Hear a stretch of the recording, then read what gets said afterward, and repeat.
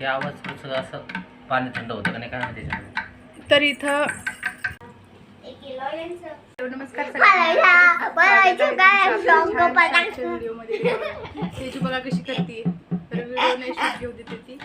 तर हे बघा उन्हाळा आहोंना माठ सांगितला होता, तर आहो काय घेऊन आले. काय आणलं हो तुम्ही? राजनी आणली आहोनी. काय झालं तिला? काय झालंय कशाला हिला?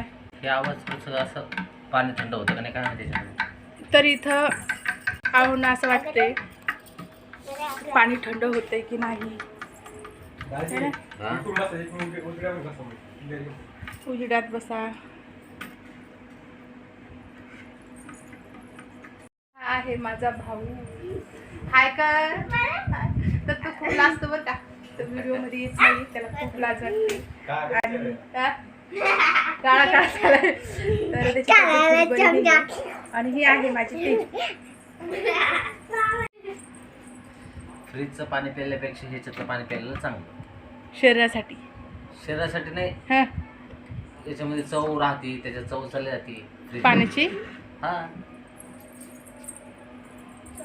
हे सगळ्यात बेस्ट. माठातलं पाणी ना, माठातलं पाणी. पण हे राजनी नाही.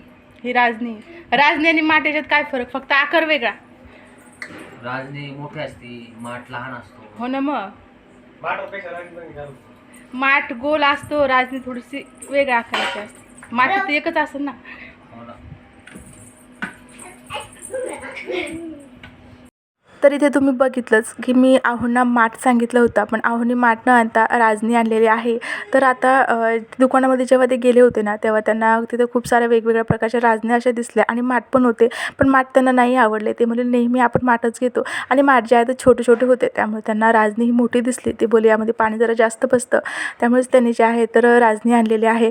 पण आता इथे जे आहे ते राजनी भरत आहेत, कारण इथे जे आहे ना, तर थोडंसं आम्हाला शंका आहे की राजनी कुठेतरी चिरलेली आहे, कारण तिचा जसा खणखण आवाज यायला पाहिजे ना, तसं न येतात धबधबाचा आवाज येतो राजनीचा. त्यामुळे आता इथे ती धुवून न घेता अशी डायरेक्टलीच भरून घेतोय, म्हणजे सकाळी आपल्याला कळेल की ती नेमकी फुटलेली म्हणजे कुठे चिरलेली आहे की नाही.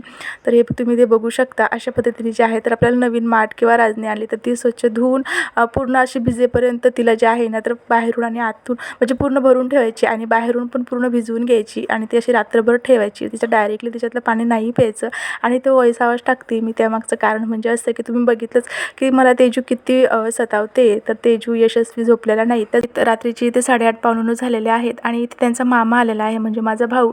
त्यामुळे त्या खूप खुश आहेत, आणि आज त्या लवकर झोपणार सुद्धा नाहीत, कारण त्या खूप मस्ती करतात मामासोबत. तर अशा प्रकारे जे आहे तर आपली ही राजनी आपण भरून ठेवली आहे. आता बघूयात उद्या नेमकं ही चिरलेली आहे की नाही.